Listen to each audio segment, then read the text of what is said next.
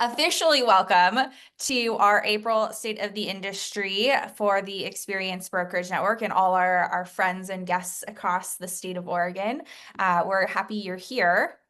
I am Katie Hardman, your COO for the Experience Brokerage Network. And like usual, I am joined by my partner, Leslie.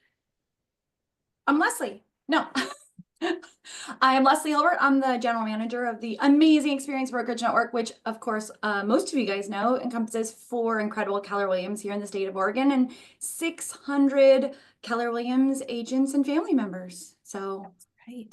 welcome, welcome. I'm excited to welcome 11 new family members since the last time we got together, which is the reason that we always announce who we are. And what's fun about this is I had put this slide together earlier in the day yesterday, and then we had so many people excited to join us yesterday afternoon that I had to redo the slide with much more names. So some people are joining us and have been here less than 24 hours. So huge welcome to everybody on this list. And everybody who is a member of the Experience Brokerage Network, we're glad you're here.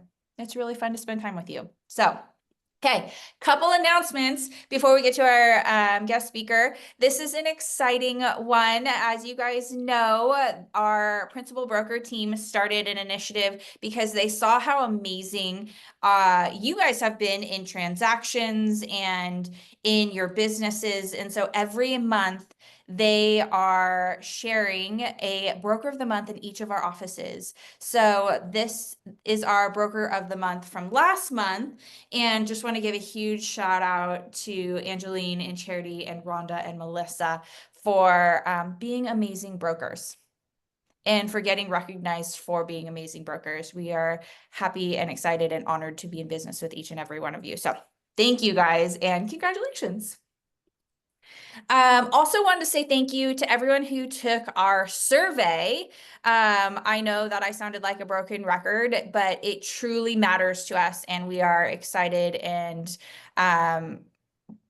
maybe patiently waiting, maybe not patiently waiting to hear the results. So what happens with the top workplace is you gave us your feedback, and then they are going to evaluate our feedback based on the other companies that are in Oregon. And then we will find out if we are top workplace for 2025. But we have been a top workplace for 5 years in a row. So thank you for loving it here. And thank you for taking the survey and giving us your feedback so we can continue to make this supply lines there. better.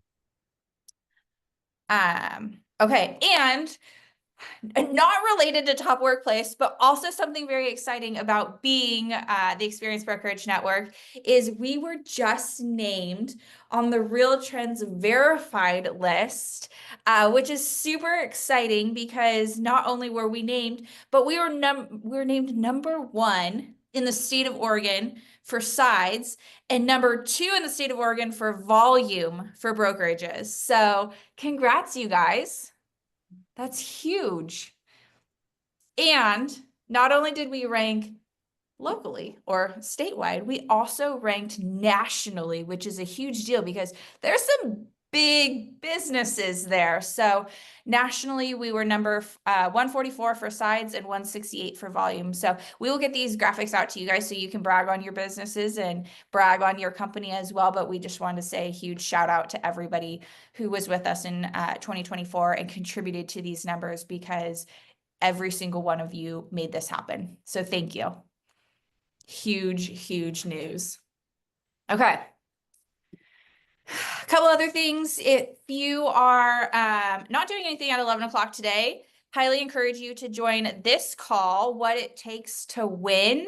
We'll put the link in the chat. We'll also get it out in all of our offices, but this is going to be an incredible call with Chris and Brendan that if you don't have an appointment, this is your appointment. You should be here. This should be the appointment that you're on. So highly encourage you to get on this call. You will walk away with pages and pages of notes and write fast because these two guys talk really fast. Maybe type them. Maybe that's faster. Awesome. Okay. Couple last things, and then we'll get to why you guys are really here. So if you haven't heard the news, then maybe you haven't looked at your email or been to a all partners meeting in your office because we've been talking about this for a couple of weeks. But if not, that's okay. Today's the day you find out. Save the date. Our open house extravaganza, our what, fourth open house extravaganza, our biannual open house extravaganza is going to be May 3rd. So just mark that day on your calendar. You're going to do an open house. You're going to participate in this. It's the day that we take every Keller Williams listing in the state of Oregon and we hold it open. That means everyone in your office, everyone in our network, and every Keller Williams across the state of Oregon is going to participate in this. So wanted you to, one, mark your calendars, then two, know a couple timelines. So April 16th through the 29th is your opportunity to sign up to be a host. So whether you have a listing or you're not, or you don't, let us know that you want to participate. That way we can either mark you as having a listing and participating, or need a listing but want to host on that day. And by let us know, let your principal broker know. So Jim, Stacy, Tammy Sue, Polly, like let one of them know that you want to participate. And then they will be reaching out to you the 23rd through the 28th to see if you have a listing, if you want that listing to participate in the open house extravaganza.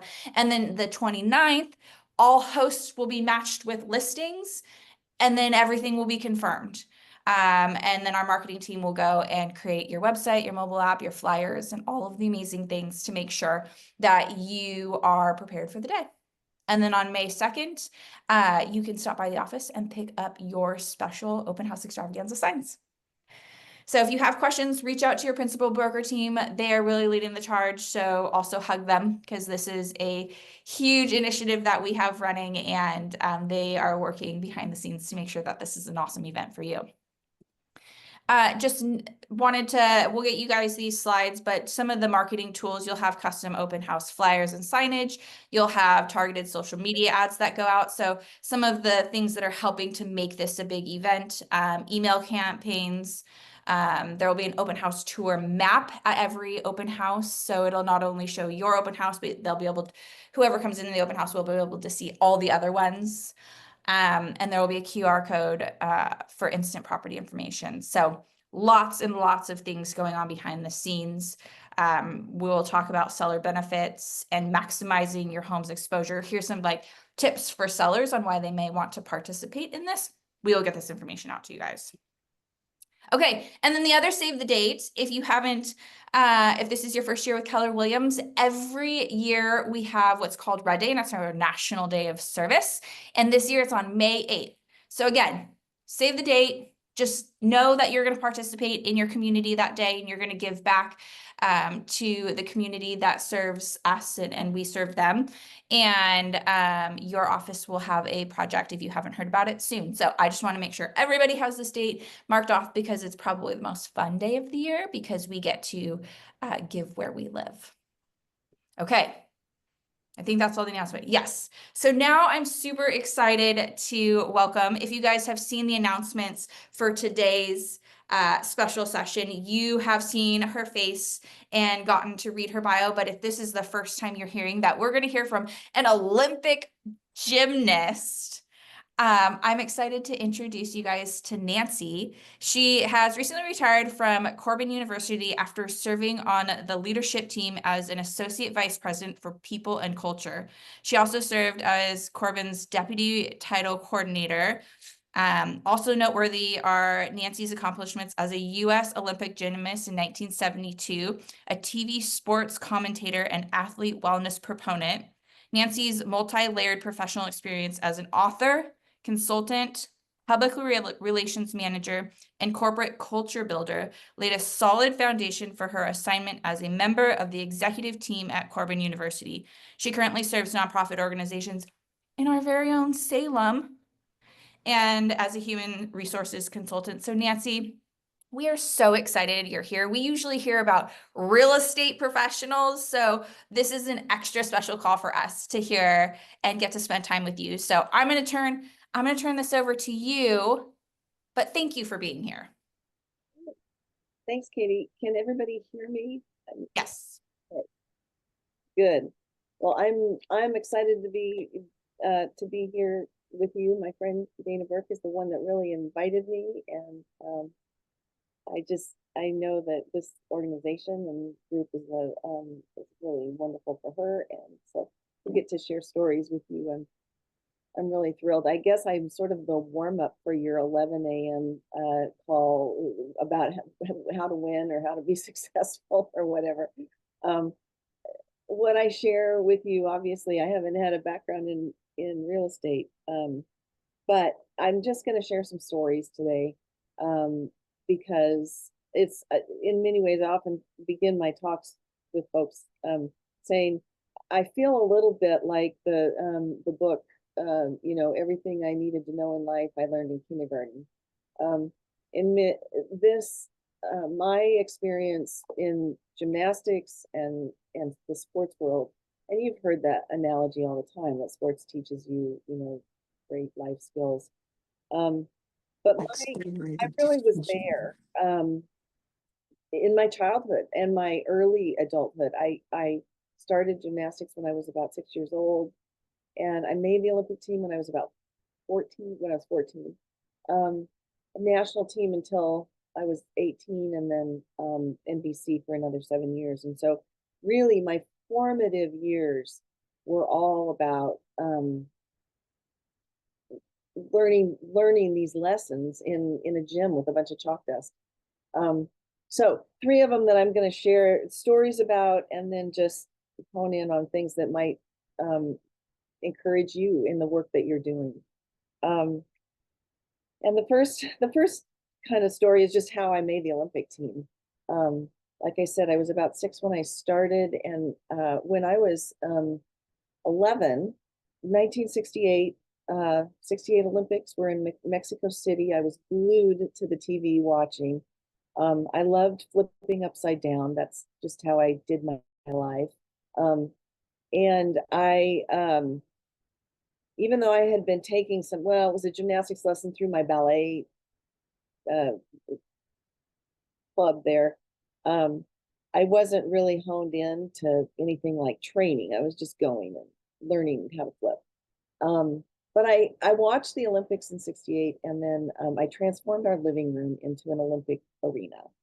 Um, Put on the music on the record player, Swan Lake, I think, danced around the living room. We had a chair that had a long wooden armrest, and so I got up on that, and then 2.5 feet, I pretended like I was walking on the balance beam, and couldn't quite find anything to help let me be a uneven bar performer, but I did put a chair in the middle of the room with pillows in front of it, and pretended like it was the vaulting horse. And when I got it all set up, and I ran into this chair and put my feet in the seat of the chair, or my head in the seat of the chair, flipped my legs over. I hadn't realized that the chair had wheels on it. And so the chair went sliding to the picture window, my parents' living room picture window, and I went kicking the window out. I mean, my feet went through the window. With glass all over the front yard. And I remember my mom kind of calling my dad and saying, we've got to get her into something more structured because she's going to ruin the house. So that was really the beginning of this passion that I had. We were very, very fortunate that in that community of Champaign-Urbana, Illinois, at the YMCA, we had the best coach in the country. In the 68 Olympics, three of the 7 members of the Olympic team came from my club. So I was really, really fortunate to be in an environment where somebody telling you could go to the Olympics was actually realistic. I had 3 people that I looked up to. They were kind of like my heroes. So when those 3 came back from Mexico City with our coach, who also was coaching that team, I very distinctly remember the day that he took each one of the next crop of gymnasts. We were 11 years old at the time, but 4 years later, we would have been old enough to make the Olympic team.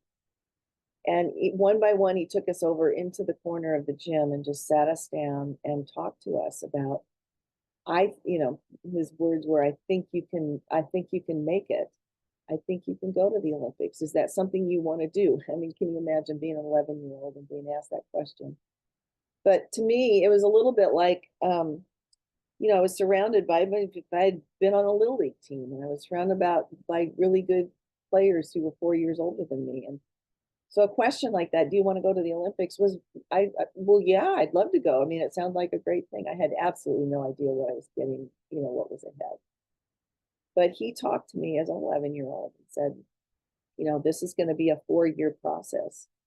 I'm talking to you now because it's 4 years, and you're going to have to give up things, and there'll be long hours in the gym, but I think that you have the capability of making it. And that conversation was enough to really get me dialed in and committed to the process. I didn't understand it in my 11-year-old mind, but all I knew was that this was he was my coach, and he knew how to get me there, and that I was going to follow the program. So year by year, training got more intense, more days, more hours, till what we call the Olympic year. And actually, it was the year before, 1971, and it was our first national meet that these new gymnasts were being sort of rolled out for the country and for the judges and the coaches, the national coaches, to see. And it was, I don't know if any of you have heard the Pan American Games, but they're Olympic like a sporting event held the year before the Olympics for all of the sports, the Olympic sports in the Americas. So South America, North America, Canada. And it's a wonderful opportunity to give athletes that competitive experience of being in an Olympic arena, kind of. So I went to the trials for the Pan American Games, and at that meet, I finished 13th. And the top 7 were going to go to the Pan Am Games. The next 7 were going to go. When we were announced, we stood up on the podium, and they said, these 7 will be the Pan American Games USA team, and the next 7 we are going to send to Europe to compete for 3 weeks, because they figured that in another year, out of that 14, that group of 14, would come the 7 that would go to the Olympics in Munich. And so they wanted to give everybody that international competitive experience. So I stood there with 4 of my own personal teammates, all of whom had finished in the top 13. I was 13th, and 14 was the group. We went home, we got our visas, we got everything we needed. We were so excited. I mean, what at this point, I would have been 13. What 13-year-old wouldn't have wanted to go to Europe for 3 weeks without their parents and with just their friends? I was just so excited. And the thing that made me most excited was the opportunity. When back then you couldn't go to JCPenney and get a sweatshirt that said USA on the back.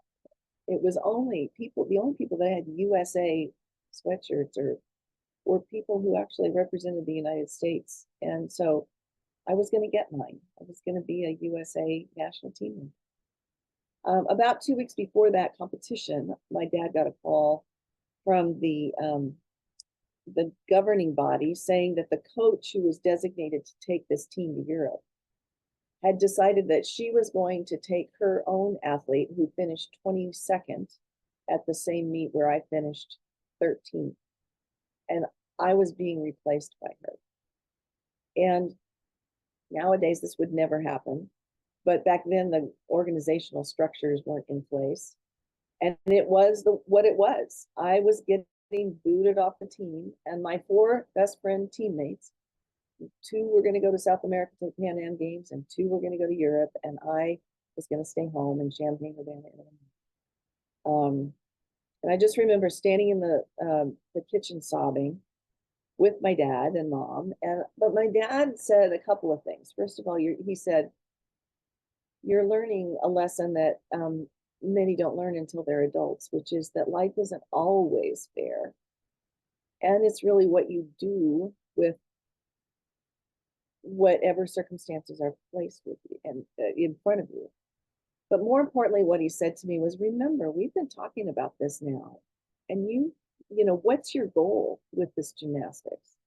Of course, my goal was to go to the Olympics. And he said, this is not the Olympics.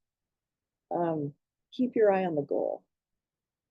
And that was probably one of the most inspiring pieces of advice that he gave me, because while my friends were all traveling all over the place, I was home training. And by the time the real intense training began in September, I was so inspired. No one was ever going to do that to me again. And it didn't bother me to get up at 5 in the morning to go work out in the morning from 6 to 8. And it didn't, I had the energy and the inspiration to train again from 4 to 10 or 11 at night. The rips and stuff that we get on our hands, the sore muscles, all of that stuff. My dad had just placed that goal, that vision in front of me in a way that all of it was, yes, hard, but part of the process and so much easier. 2 of those 5 of us ended up quitting through that year, that Olympic year, because the training was so hard. Excuse me.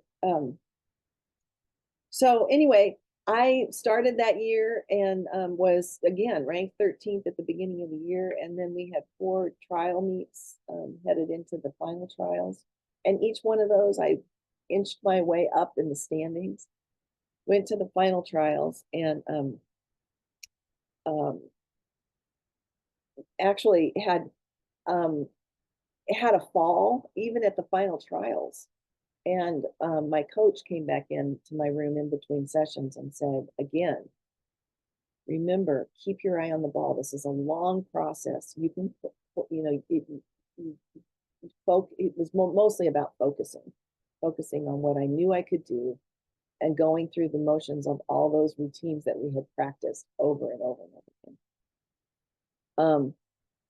It really does remind me, and this would be the first really thing that comes back to me throughout my entire life, which is that goals are reached a day at a time. I mean, it's really simple, but they really are. A friend of mine from the '76 Olympics was a swimmer. His name is John Neighbor, and he won multiple gold medals and really, really good swimmer. Well, John was a terrible swimmer when he was an 8th grader, but he loved swimming and he loved the Olympic Games. And he tells the story of sitting down as an 8th grader and looking at the times from that won medals in the '72 Olympics and looking at what he was swimming, which was minutes off the time. And then he took the number of days between that day and the Olympic or the Olympic competition, and he divided that into the amount of time that he was going to have to shave off his times in order to be there on the podium to win a medal. And he came up with some minuscule amount of time that he had to shave off every single day.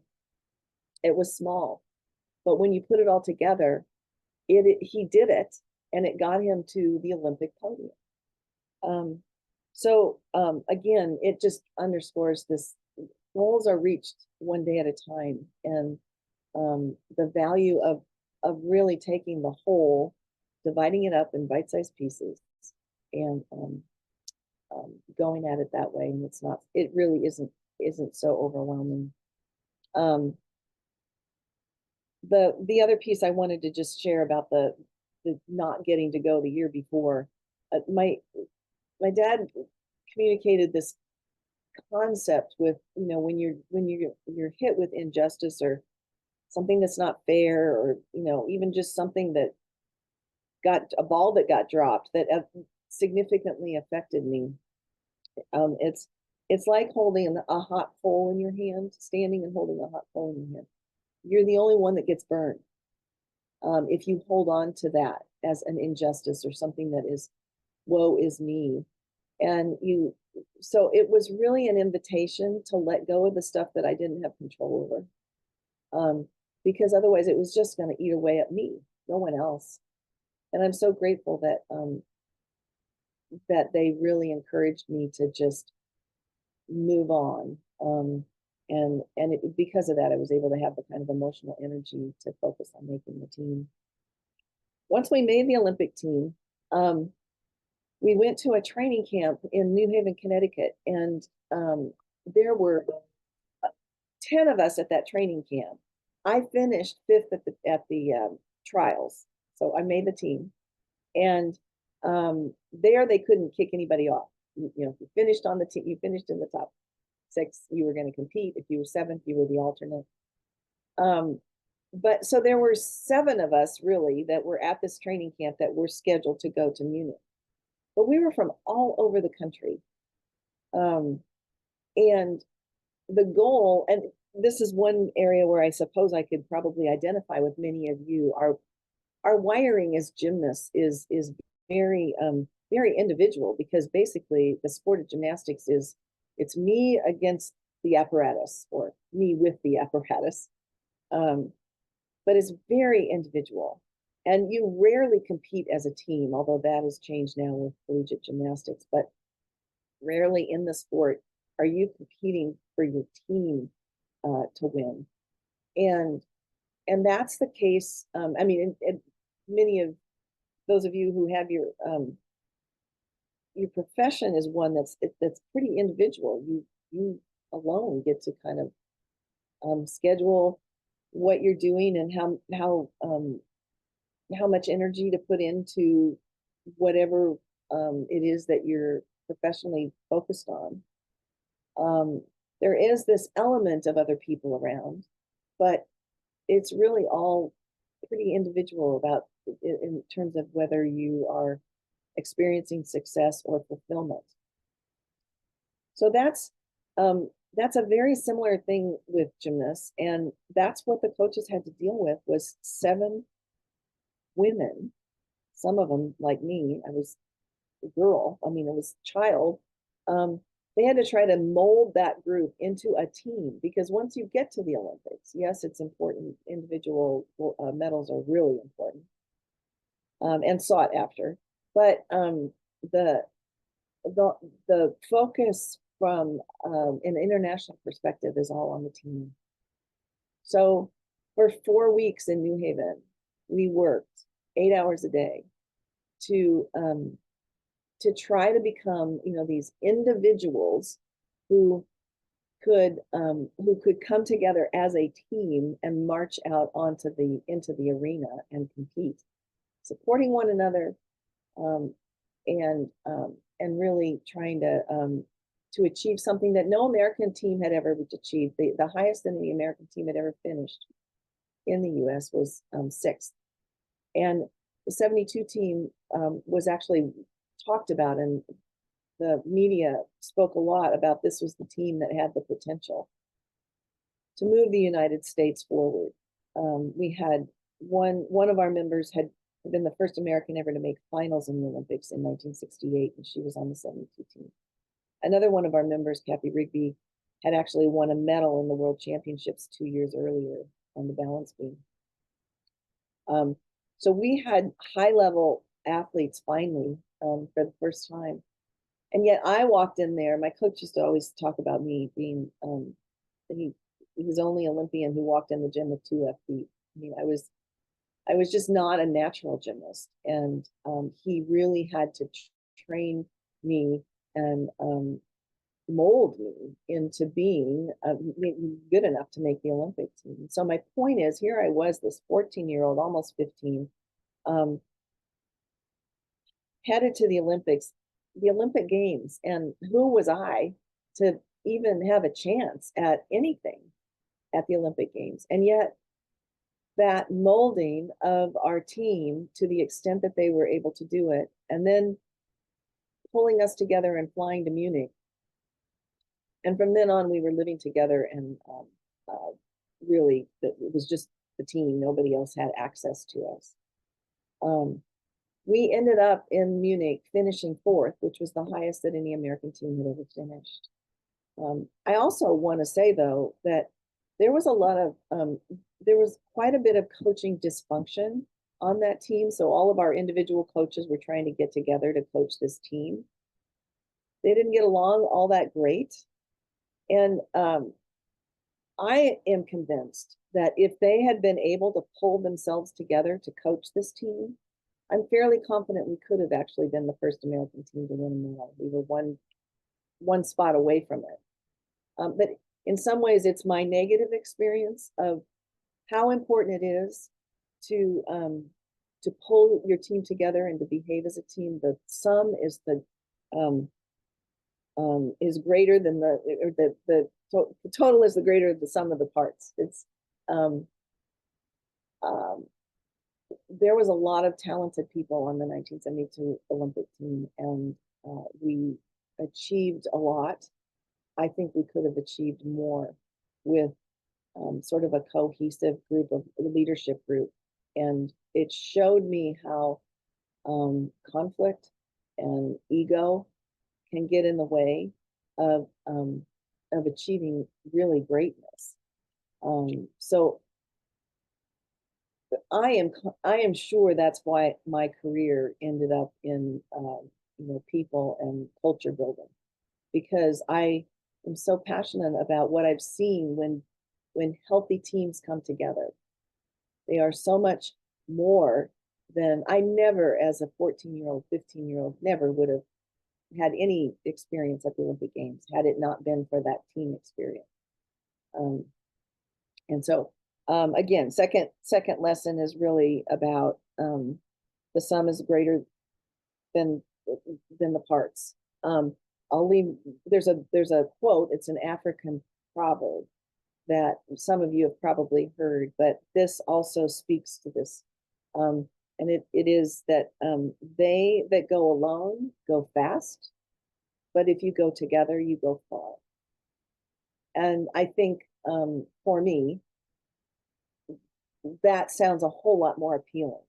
Is being able to go far, to experience life to its fullest, and to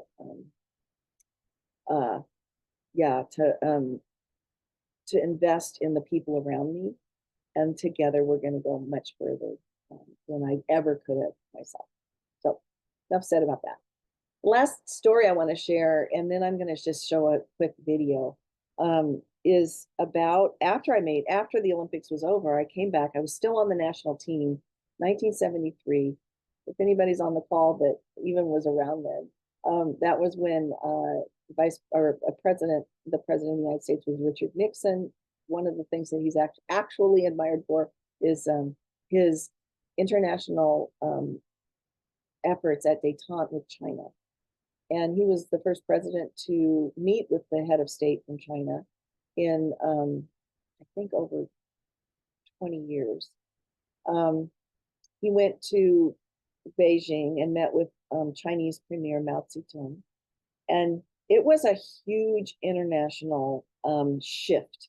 He did that because there was this was at the tail end of the Cold War, and well, not the tail end, but it was U.S. and Russia were clearly the two powerhouses in the world, and Nixon understood that if he could bring China, which was a huge country that had sequestered itself from the world for many years, they were in the middle of the Cultural Revolution, and he felt like if he could bring them in, it would sort of balance out a lot of what was happening internationally. I suppose this is sort of a timely remembrance for what's kind of going on now. But anyway, it was a huge international piece when he went and reestablished diplomatic relations with China. Part of that conversation was about, let's do some things that will further friendship between our two countries. And so they agreed to two athletic events. One was the Chinese and American table tennis teams playing each other. And then they also agreed to the US and Chinese gymnastics teams competing against each other. And there's a phrase, if anybody has ever, studied international history, ping pong diplomacy, which is really came up around this agreement, and that in these two athletic events, there would be more understanding of the countries of each person. Anyway, that's context around what happened for me, because I was the highest ranking American that was chosen to compete against the Chinese. or table tennis team went to China, the gymnastics team came to the United States. The first thing they did was go to the White House and meet the president.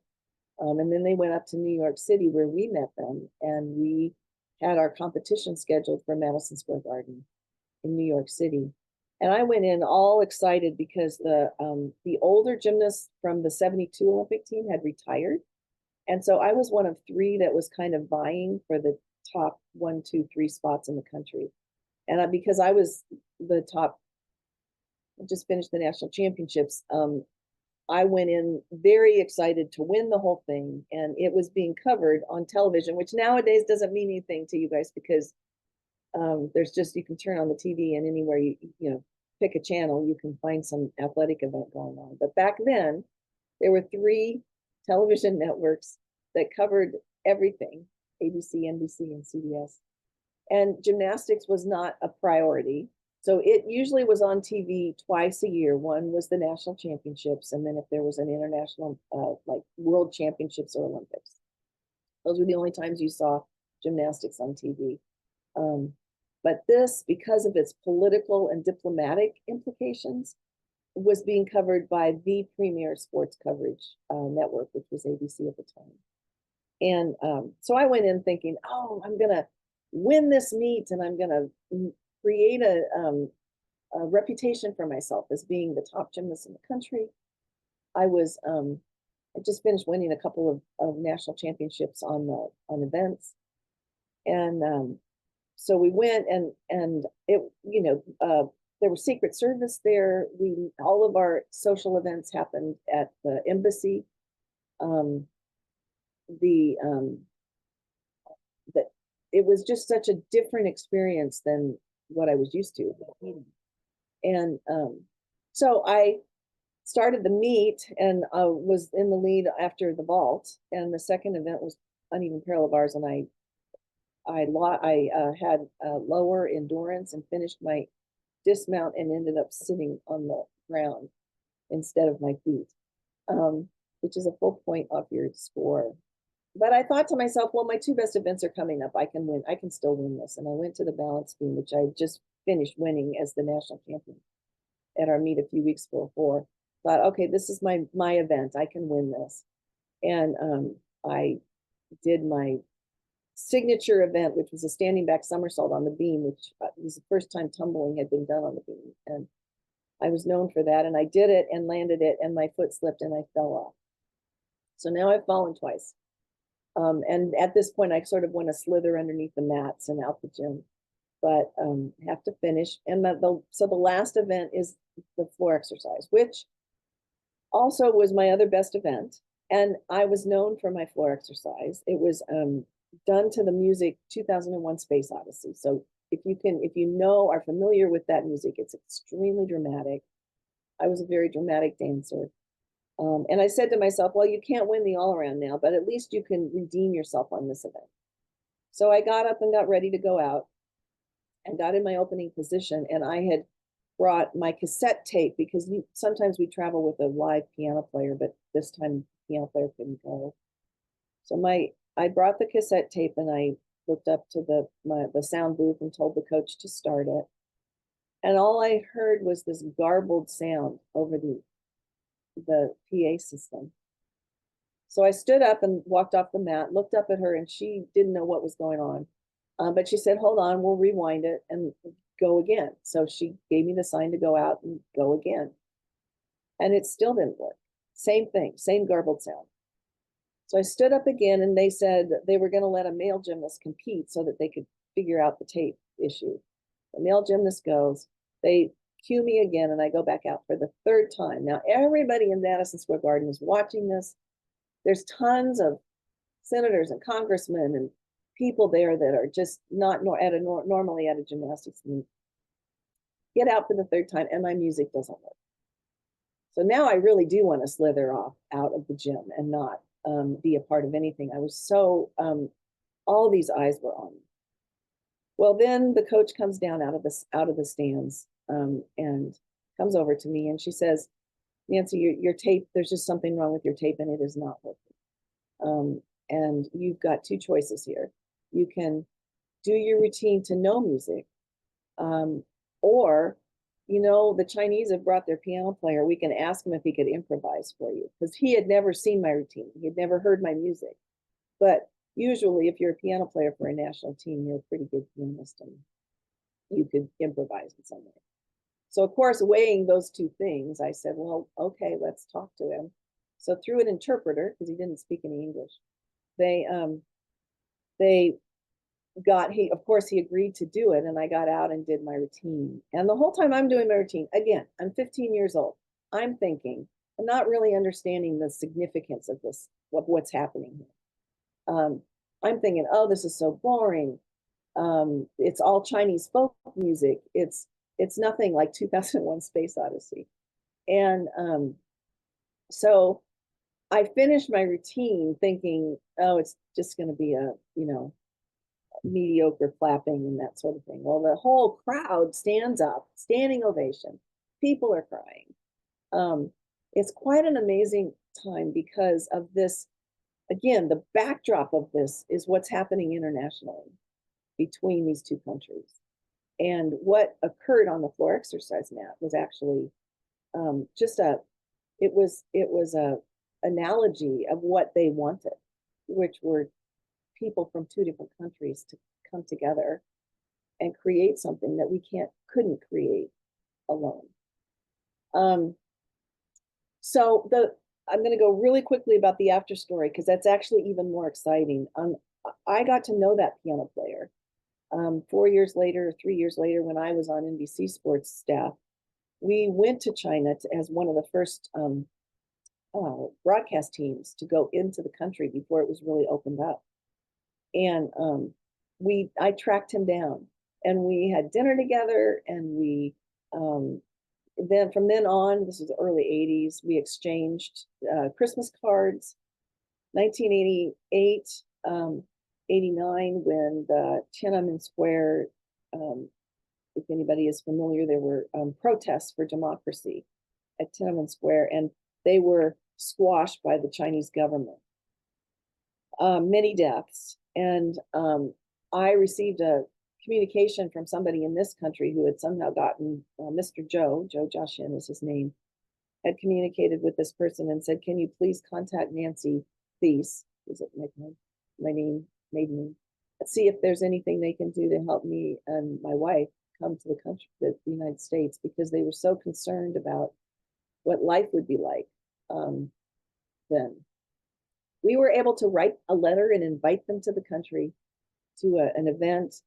What normally takes 7 years to get a visa in China, the Tiananmen Square stuff happened in June, and in Labor Day of that year, they were able to walk off the plane.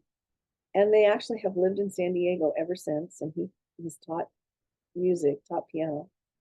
We've gone down there to visit. They've come up here to visit. We have a picture of him with his hands on our daughter's shoulders as she's learning piano, or playing the piano for him. It's such a beautiful picture of the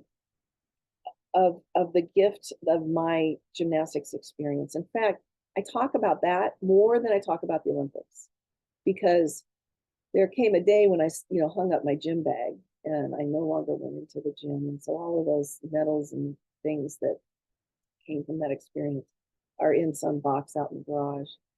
But this was a very unique friendship that has continued all the way to this day. And ABC Sports actually considered it so unique that as they would do their anthology shows about like the last 15 highlights of the last 15 years, highlights of the last 20 years, highlights of the last 25 years, and they're no longer a show on TV, but the last one they did was 30 years of, they were the premier sports coverage event network.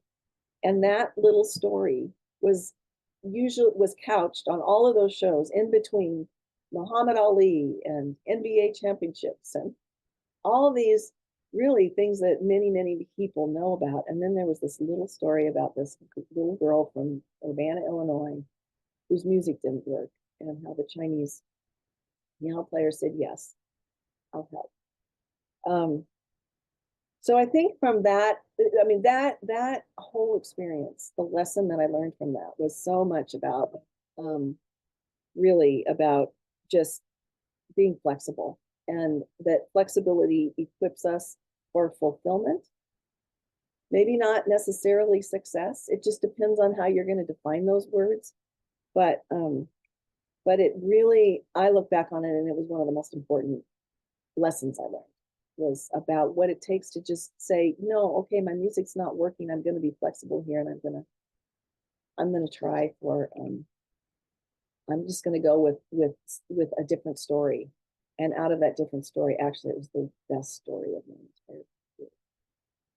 So I know we've got just about enough time to show this clip that kind of puts everything together. I apologize, I don't normally toot my own horn, but it's the easiest one. It was already put together, and I was inducted into a Hall of Fame several years ago, and they put this together. So that's what this is. It's a little dated on things, but it shows a couple of different routines at the Olympics, and then it shows this Chinese experience. So Leslie, would you be able to cue that up? Katie, I think you have it queued, right?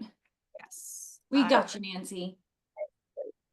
Okay, someone's gonna have to tell me if you cannot hear it.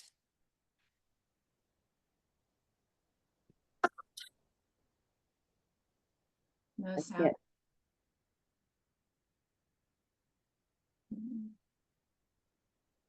There's no sound.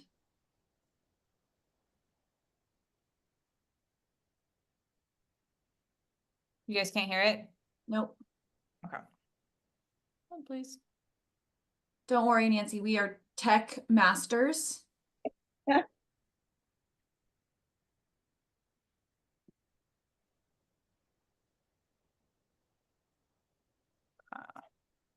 Try this.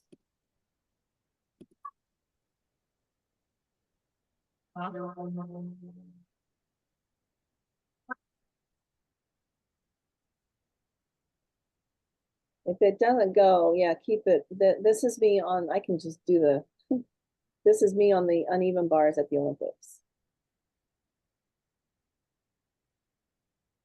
And you can see where the sport of gymnastics has changed a great deal, because just the apparatus, they took the bars and put them higher, and then they spread them out farther than the distance of our height as a gymnast. And so you can't even stand on one bar and reach the higher bar. So it means that you do totally different stuff. I'll just show we'll just go through the next piece, which is me, the very beginning of my balance beam routine. These are all pictures of the Olympic team. That's Kathy Rigby, that's me. And that was training at the Olympic training camp. That was at the trials when I had just made the team and we were interviewing everybody. And that's our Olympic team. And I'm on the right, the second, next to Kathy Rigby, the blonde at the end. And then this piece right here is me on the balance beam, and that's a wooden balance beam, which we don't have anymore. They're made out of fiberglass.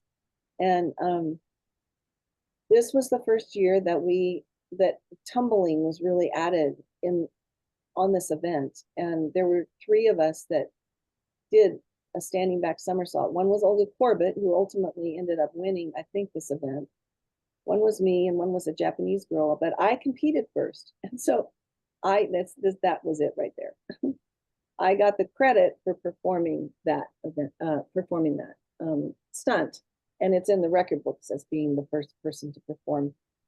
And it was soon after that they started covering the beam and making it more flexible, so it wasn't so dangerous. I don't know if we should show this. This is the Chinese situation, but without the music and everything, I think we could probably just stop it if we can't get the sound. He's gone over to the Chinese pianist and said, "Would you play this music?" The sound just started. He doesn't have any. Muriel Grossfeld is over there just saying, "Play something." This is absolutely unprecedented. Piano player is just going to follow. That's right. What Nancy does. He's watching her. It's as if a librettist has brought some words to a lyricist. Let's see how it works out. See how it works out. Don't get the piano. It really is piano music. Well, piano was kind of there. That was interesting. Sing is really kind of an improvisation. Skilled musician watching and trying to give music a meaning. So Nancy Thies in her floor exercise, completely unrehearsed. Like gives me chills, it really does.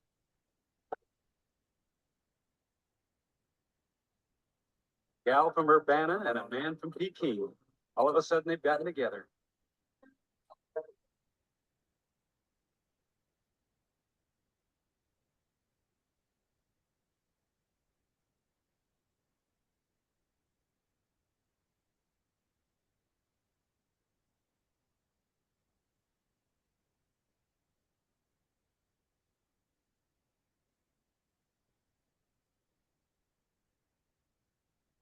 Yeah, nice.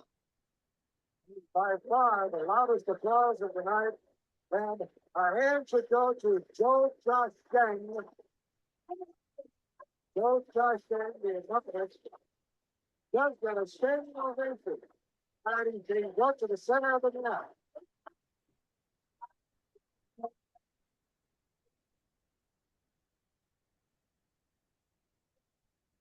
She's gonna take it. I think she's gonna kiss it. Nancy Thies goes over and throws her arms around Joe Josh Gang, who is a 34-year-old pianist from Hunan, deep in China. I think you can stop it now because we're heading up on the top of the hour. Anyway,